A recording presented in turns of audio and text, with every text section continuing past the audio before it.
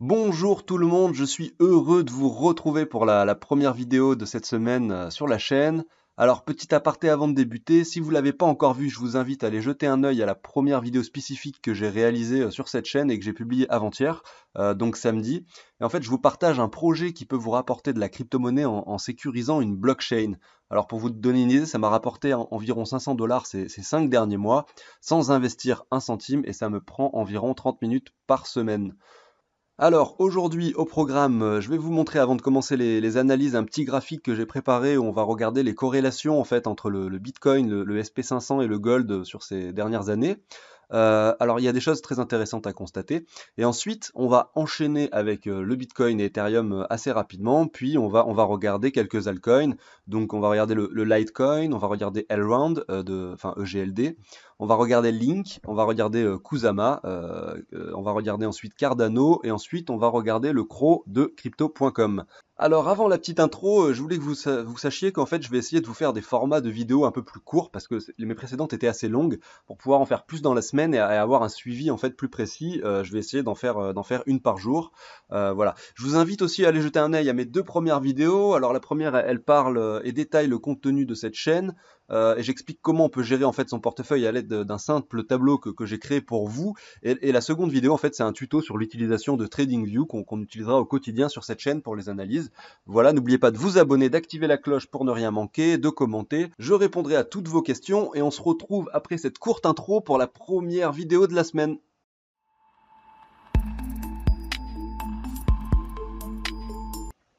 Alors, comme promis, on commence avec cette petite analyse de corrélation. Alors, vous voyez ici le SP500 en bleu, vous voyez le Bitcoin face à l'USD en orange, et vous voyez le Gold face à l'USD également en rouge. Donc, je voulais simplement vous montrer un petit peu ce qui s'est passé dans le passé. Alors, en 2018, regardez, si on commence à partir d'ici, on peut voir donc qu'il y a eu une certaine corrélation finalement entre le Bitcoin et le SP500 et que le gold finalement n'en avait rien à faire et a fait que monter pendant ces 2 années où le Bitcoin a stagné.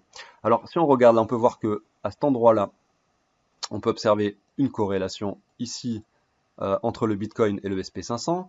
On peut également observer une corrélation lors du crash du 12 mars. Alors là, je sais pas, c'était un peu moins corrélé sur la partie haute, mais on peut voir qu'au niveau du crash du 12 mars, on a eu deux pics de vente au niveau, d'ailleurs, ça s'est même produit sur le gold, au niveau de ces trois actifs. Et par la suite, donc le Bitcoin, on peut donc observer qu'il était quand même très très corrélé au SP500 jusqu'à à peu près, on va dire, si on regarde regardez à peu près jusqu'à cette période-là, c'est-à-dire jusqu'en août 2020, même un peu après, jusqu'au 15 septembre 2020. Et ensuite, on peut voir que le Bitcoin, lui, a décidé de faire son propre chemin pour potentiellement commencer, alors on le sait peut-être, un bull run qui va continuer en 2021 avec un Bitcoin qui pourrait peut-être potentiellement exploser. Et donc c'est assez intéressant de voir qu'on s'est quand même décorrélé des marchés traditionnels depuis, voilà, hein, depuis seulement 2 mois. Et avant ça, on avait du mal à avoir une décorrélation. Et c'est ce qui nous permet de penser que peut-être également on est parti sur quelque chose d'assez puissant au niveau du Bitcoin. Regardez, le SP500, il a fait un double top, là il est revenu à ses niveaux d'avant crash et il est passé un petit peu au-dessus. Alors on ne sait pas, peut-être qu'il va continuer à monter, mais voilà, on est sur une zone, on va dire, assez stagnante, alors que lui, le Bitcoin a décidé de faire une explosion. Et on peut voir que le gold, lui, est sur une phase un peu descendante. Donc voilà, on s'est carrément décorrélé également du gold et du SP500, ce qui est quand même intéressant à voir. On continue donc avec le Bitcoin. Je voulais simplement, bon, il s'est pas passé grand-chose depuis la dernière fois. On peut voir un petit peu qu'il a continué un petit légèrement à grimper. Donc si on replace notre Fibonacci, ça modifie pas beaucoup nos zones potentielles d'achat. Voilà. Donc comme j'expliquais à la précédente vidéo, il y a des zones très intéressantes d'achat qui seront situées aux alentours des 15 400 et également des 13 200. Et puis je le rappelle, donc moi la stratégie que j'ai, c'est d'abord d'accumuler du Bitcoin et de l'Ethereum pour ensuite acheter des altcoins. C'est-à-dire que je vais analyser les altcoins un par un et je vais essayer de localiser des endroits où potentiellement ils peuvent dominer l'Ethereum et le Bitcoin. Et c'est là que je vais localiser des achats. C'est pour ça que j'analyse tous les altcoins face au Bitcoin. Donc ici, on peut éventuellement Donc par exemple, si on a 100% à investir et que là on a vraiment envie d'acheter parce qu'on n'en peut plus et que c'est trop, c'est insoutenable, et ben on peut acheter vraiment une infime partie de son portefeuille ici. Comme ça, ben on stresse moins si le marché continue à monter et peut-être acheter par exemple 15% ou 20% de son portefeuille ici, 20% ici, 20% ici. Enfin, vous voyez l'idée, toujours garder de l'argent pour acheter plus bas. D'autant plus qu'actuellement, les indicateurs indiquent que beaucoup de gens sont en train de FOMO sur cette zone. Sur l'order flow, je vois que beaucoup de personnes passent en long, donc achètent sur ces niveaux, sur les contrats futurs, ce qui indiquerait peut-être un petit retournement pour les liquider plus tard, pour retourner éventuellement au 23,6 dans un premier temps. On a également le cryptophire, pour ceux qui connaissent, c'est un indicateur qui va entre 0 et 100, qui indique simplement le sentiment du marché. Est-ce que tout le monde est plutôt bullish ou est-ce que tout le monde est plutôt bearish? Aujourd'hui, on est sur un indicateur à 90, ce qui indique que le marché donc est quand même avec un sentiment très très bullish, ce qui généralement est aussi également annonciateur d'un petit retracement, sans forcément retourner aux 10 000 ou aux 5 000, hein. Simplement une petite respiration et voir comment on peut ensuite voir comment se comportera le cryptophire avec un Bitcoin par exemple aux 16 000. Voilà, enfin, tout ça pour vous expliquer un petit peu comment je procède. Donc là, je vous montre un petit peu le Bitcoin dans un premier temps, en début de vidéo, et ensuite je bascule sur les altcoins pour essayer justement de localiser des achats sur les altcoins face au Bitcoin, quand est-ce qu'ils peuvent performer face à lui, et justement essayer de se faire un bag de crypto-monnaie pour ce qui peut potentiellement arriver en 2021, on l'espère, le bull run. On continue donc sur l'Ether. Et ben on peut voir que en fait Ethereum lui il a fait des 2 semaines quand même assez positives. Donc il a suivi légèrement le Bitcoin, mais malgré tout il est encore très très loin de son précédent sommet du précédent bull run, contrairement à Bitcoin qui lui est déjà à ce niveau-là si on le compare avec Ethereum. Alors la Bitcoin dominance a vachement augmenté ces derniers temps. C'est donc pour cette raison également que Ethereum a un petit peu souffert sur cette période-ci.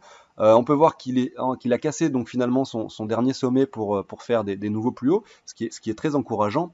Et si on le compare, alors attendez, hop, je vais faire ça comme ceci, au Bitcoin en daily, et ben on peut voir en fait que voilà, Bitcoin a donc eu deux journées ce week-end très stagnantes entre les 18 730 et 17 600, alors que lui, Ethereum, a eu une phase de hausse de 7-8%. Donc il est en train de dominer un petit peu le Bitcoin sur ces dernières journées. On constate donc que sur le graphique Ethereum BTC en weekly, on est venu donc là toucher cette trendline avec une mèche il y a environ 2 semaines pour ensuite remonter un petit peu, respirer un petit peu. On va peut-être venir la tâter à nouveau plus tard. On est en train de monter sur des niveaux qui seront des niveaux de résistance vers ces niveaux-ci, donc vers les 0,033. On aura encore évidemment des niveaux de résistance ici, là, sur ces trois mèches qu'on est venu toucher sur l'année précédente. Donc voilà, on peut potentiellement voir à nouveau un Ether un petit peu retracé face au Bitcoin. C'est là que nous, évidemment, on localisera tous nos achats sur les altcoins en essayant de repérer des W sur les graphiques face au Bitcoin et face à l'Ethereum. Et puis ensuite, au niveau du bull run qui pourrait se produire, on pourrait éventuellement, en effet, voir Ethereum surperformer le Bitcoin, comme c'était le cas en 2017. Hein, regardez, lorsqu'on avait eu le bull run avec le Bitcoin aux 20 000, voilà, en décembre 2017. Tout simplement. Donc voilà, si vous n'avez pas encore acheté de crypto-monnaie, vous pouvez évidemment vous tracer un Fibo ici. Donc sur Ethereum, donc sur Bitcoin, j'ai montré tout à l'heure un petit peu les paliers. Sur Ethereum, on a également des zones potentiellement d'achat voilà, au 475, parce que là, on viendrait simplement retoucher un petit peu les anciens points hauts. On pourrait éventuellement donc faire le retracement des 38,2 aux 400 $. Voilà, et on a donc ce haut de mèche ici au niveau des 365 $ qui pourrait faire aussi office également de support. Donc voilà, si le Bitcoin était amené à retracer dans les semaines qui viennent, on pourrait éventuellement également voir quelque chose comme ceci également sur Ethereum. Alors, petit aparté de 20 secondes, je vous partage sous l'échange d'une donation ce tableau qui récupère les prix des crypto-monnaies en temps réel et qui vous montre l'état de votre portefeuille, gains, pertes et ROI en temps réel. Les donations serviront à financer l'application que je créerai à l'image de ce tableau et j'offrirai cette application aux 500 premiers donateurs. J'explique le fonctionnement de ce tableau en détail sur la première vidéo de la chaîne. Ceci étant fait, je vais vous passer quelques altcoins. Maintenant qu'on a vu un petit peu sur le Bitcoin et Ethereum comment localiser nos achats, je vais vous montrer un petit peu ensuite, quand vous allez accumuler du Bitcoin et de l'Ether, comment localiser vos achats d'altcoins. Donc on se retrouve ici sur Litecoin. Donc comme on peut voir, là je suis en weekly parce qu'il y a beaucoup d'historiques, ce qui est intéressant. On peut mettre des trendlines aussi sur quelque chose de plus pertinent qui va jusqu'à donc février 2018. On a également cette trendline parce que moi je l'identifie simplement parce qu'elle touche là ici les sommets, elle touche le bottom ici pour ensuite venir toucher ces deux sommets-ci. Donc ça me semble être une trendline pertinente. Donc qu'est-ce qu'on peut voir? Cassure trendline, bah on a cassé cette trendline que je viens de tracer. On peut voir que le momentum est bien présent avec une divergence qui est quand même bien prononcée. Malheureusement, on ne peut pas tracer de Fibonacci parce qu'on est allé plus bas que les précédents plus bas. Donc on est vraiment dans une zone, voilà, on va dire assez faible face au Bitcoin. Il a subi donc une grosse période de crash. Est-ce qu'il va être prêt à redémarrer par la suite?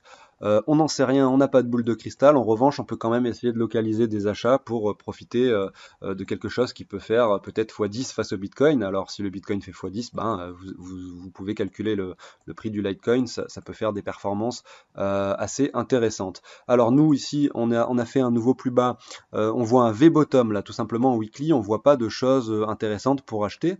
Est-ce qu'on peut se mettre peut-être sur une échelle plus petite pour essayer de le voir, des W ou des choses. Donc bon bah on a cassé la trendline comme je l'ai dit. Donc on voit bien ce V-bottom, mais malgré tout j'ai pas de structure. J'ai bien la divergence, j'ai bien la zone de rechargement parce qu'on est même plus bas que le dernier plus bas. J'ai bien la cassure de la trendline, mais la structure je l'attends encore. En daily, on pourrait s'attendre éventuellement à faire quelque chose comme ceci. Alors il y a plusieurs stratégies, hein. Vous pouvez par exemple commencer à acheter du Litecoin tout simplement quand le prix commence à retourner vers les 61,8 ou 78,6. C'est des bonnes zones pour former des W. Donc vous pouvez commencer par exemple à acheter une petite somme ici, allez, 10% de Litecoin que vous souhaitez en acheter peut-être ici. Ensuite, vous pouvez à nouveau acheter sur la cassure du W si le W prend vie, et donc vous pouvez acheter ici. Donc voilà, vous pouvez vous mettre des alertes sur ces niveaux-là. Je montrais dans mes vidéos précédentes comment on fait. Simplement, vous cliquez sur le petit bouton d'alerte en haut, et là vous mettez au 38, ouais 39, donc voilà 39. Vous mettez potentiel W par exemple, donc potentiel W. Donc là, c'est vraiment un achat très très spéculatif sur un W qui pourrait potentiellement se faire. On va dire que si ce W est confirmé, c'est plus pertinent comme achat. Simplement, vous achetez plus haut. Donc c'est pour ça que c'est bien peut-être de remplir un petit peu là pour ensuite à remplir à nouveau plus haut. Si jamais finalement il se trouve que vous achetez sur ici, là, parce que vous pensez que ça va faire un W, mais que finalement ça revient ici, hop, et ça continue et que ça fait de nouveau plus bas, c'est pas grave, vous aurez acheté que 10% ici. C'est pour ça que je donne des sommes très très faibles sur des achats de potentiel W. Et si on va plus bas, et ben tout simplement, on attendra à nouveau des cassures de trendline, des W, ou des peut-être potentiels W comme celui-ci pour acheter à nouveau 10%. Voilà. Donc comme je dis, hein, là le but c'est d'accumuler du Litecoin. Moi, j'en veux dans mon portefeuille. Je suis convaincu que cet actif peut performer face au Bitcoin. Donc voilà, le but, ça va être d'attendre une latéralisation. Là, on voit pas vraiment de latéralisation. C'est peut-être un peu précoce d'acheter maintenant. Moi, je vais peut-être commencer là sur ces niveaux de potentiel W. Mais voilà. Après, vous établissez votre stratégie, vous faites comme vous voulez. Vous pouvez acheter sur le retour, sur la cassure de la trendline, sur le retour de la neckline, sur la nouvelle cassure. Enfin, j'expliquais tout ça la dernière fois, tout simplement, et vous allez pouvoir reporter tout ça sur le tableau. Là, vous allez mettre tous les coins que vous voulez avec les pourcentages que vous voulez, et le tableau vous dit automatiquement combien vous devez acheter. Et puis là, vous pouvez par exemple, si vous devez acheter, voilà, moi 129 euros sur cet exemple de Litecoin, et ben je vais localiser un achat par exemple ici en achetant par exemple 20 $, quoi. Vous voyez ce que je veux dire? Ou alors en les achetant soit avec du Bitcoin, soit avec l'Ethereum, ou bien avec des dollars si je le veux, mais chacun sa stratégie, voilà. Vous comprenez un petit peu l'idée. On continue avec Elrond, ça c'est aussi un actif que j'aimerais avoir dans mon portefeuille, j'en ai déjà un petit peu, mais j'aimerais en recharger plus. Donc quand je vois ça, je vois une trendline ici qui peut potentiellement faire foi, c'est-à-dire qu'on vient chercher les sommets ici, les bottoms, pour à nouveau chercher 3 sommets ici, donc c'est quand même pertinent. J'ai tracé ces Fibonacci grâce à CoinGecko, j'ai pu voir le graphique avec plus d'historique, parce qu'on n'avait pas assez d'historique sur celui-ci. Donc là, on est en dessous des 90 de Fibo, donc la zone de rechargement, c'est une condition qui est remplie. La cassure de la trendline, bah, c'est vraiment tout récent. Et la divergence, évidemment, elle a lieu depuis maintenant bien longtemps, et cet actif a déjà pas mal retracé. Donc on va commencer à localiser en effet des achats. Si je me mets en 4 heures, parce qu'en journalier on voit pas grand-chose, et ben on voit éventuellement que là on a un W donc, qui s'est confirmé à cet endroit-là. Donc on avait potentiellement une petite zone d'achat ici. Ensuite, on vient à nouveau le confirmer ici. Donc je sais pas si vous voyez mes propos, mais si je vous mets un petit peu ça en droite, là on a confirmé un W ici en cassant ce niveau-là. On est revenu là, comme je vous dis, sur la neckline pour ensuite monter à nouveau. Donc on a eu quelques petites zones d'achat. Après, évidemment, on peut bien sûr, bien entendu, revenir par ici. Et en fait, ce qu'on attend, parce que là, on le voit pas vraiment, c'est vraiment une latéralisation du marché. C'est ce qu'on cherche sur les altcoins. Là, on voit plus un crash qu'une latéralisation pour l'instant. Donc certes, il y a eu quelques petits W en 4 heures, mais ils seront bien sûr plus pertinents en daily. Donc on va attendre tranquillement que le marché peut-être nous fasse ça, nous fasse ceci pour revenir au 61,8 et potentiellement localiser des achats par là, ensuite sur la cassure. Mais pour l'instant, je constate que on est en train de descendre, et donc moi c'est un petit peu le même principe sur tous les alts en ce moment. Et c'est pour ça qu'il va falloir que vous suiviez la chaîne au quotidien, parce que quand il y aura vraiment des zones intéressantes et qu'une latéralisation se fera, je vous dirai attention, là on latéralise depuis un moment, c'est bien de localiser plusieurs achats. Voilà. Bon, là c'est pas le cas, on va pouvoir commencer si en effet on latéralise, mais il y a toujours le risque qu'on aille toujours plus bas, même si on a quand même retracé 90% de sa valeur, donc c'est quand même un actif qui a déjà énormément, comme vous voyez, qui avait une performance mais extraordinaire au mois de juillet, août, donc derrière, voilà, c'est que ça dégueule, et c'est souvent comme ça que ça se passe, tout simplement. Ensuite, on enchaîne avec KSM, car c'est un projet, donc c'est Kusama, c'est un projet que je suis depuis un petit moment, et qui est donc à l'image un petit peu de Polkadot, qui sont donc des plateformes, des protocoles de smart contract. C'est un projet très intéressant, je vous invite à aller voir la vidéo de Blockchain Expert à ce sujet. Il a fait une description et une explication très complète au sujet de ce projet. Donc c'est pour ça que je vous passe un petit peu des actifs qui pourraient, enfin qui ont des fondamentaux qui sont quand même hyper intéressants, et qui pourraient éventuellement exploser aussi par la suite. Évidemment, on n'est pas sûr, mais peut-être qui ont peut-être plus de probabilité de grimper grâce à un fondamental qui est quand même très très intéressant. Donc là, on peut voir qu'on a cassé cette trendline. Là, sur ce marché-là, ce qui est intéressant, c'est qu'il y a une latéralisation qui est en train de se créer également, qu'on ne voit pas spécialement sur ceux que j'ai passés précédemment. Et en fait, regardez, on est quand même vachement localisé sur cette zone de rechargement. Donc on a bien cette reload zone, donc d'ailleurs qu'il faut que je modifie. On a bien atteint cette reload zone. Est-ce qu'on a cassé la trendline? Bah oui. Donc en fait, moi, c'est vrai qu'à l'époque, quand j'avais étudier cet actif, on n'avait pas les bonnes conditions. Est-ce qu'on a le momentum? Bah oui, je le vois aussi d'ici.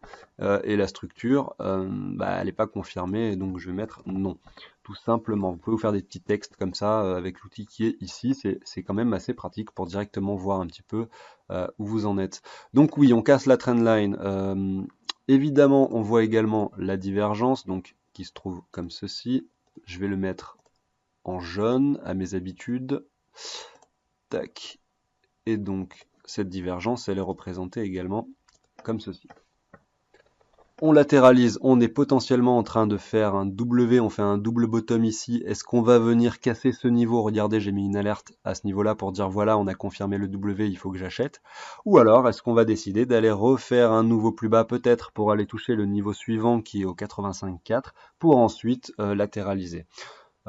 Mais bon, moi je vois quand même une latéralisation ici. Je m'attends peut-être à cette cassure pour commencer à acheter et pour ensuite essayer de localiser des achats sur le retour, sur éventuellement les 61,8. Et je m'attends et j'espère que le marché va continuer à latéraliser pour localiser de nombreux achats. Je continue avec Cardano, donc ça c'est le genre de coin qui doit vous alerter. Voilà, je le répéterai encore. Ici vous êtes sur un V-bottom, regardez ce pump incroyable qu'on a vu ces derniers jours. On a carrément, voilà, on a cassé ce niveau-là, donc moi j'avais mis ce trait pour dire que quand le cours était par là en espérant un W, mais on est même allé plus bas, donc en fait c'était même pas un W valide. On n'a rien ici qui nous indique que l'on doit acheter. Ce que l'on attend finalement, alors cette trendline elle est peut-être plus très pertinente, mais ce que l'on attend en fait c'est de venir casser donc cette trendline comme ceci. Alors on peut voir qu'on la casse actuellement. Il faut voir si on arrive à la casser pour latéraliser durablement derrière, avec là, vu que c'est un V-bottom, un retour potentiellement, donc comme on le sait au 61.8 ou au 78.6, dans la zone de rechargement de ce mouvement, c'est-à-dire par ici, pour essayer de localiser des achats, mais là, il n'y a rien à faire. Mais si jamais on revient par là, je vous ferai évidemment en direct live sur la vidéo en vous disant, voilà, ici on retourne sur les 61.8, il faut peut-être acheter un petit peu pour éventuellement profiter si derrière il y a un W et un vrai bull run qui démarre sur ADA. Mais il n'y a pas grand-chose pour le moment.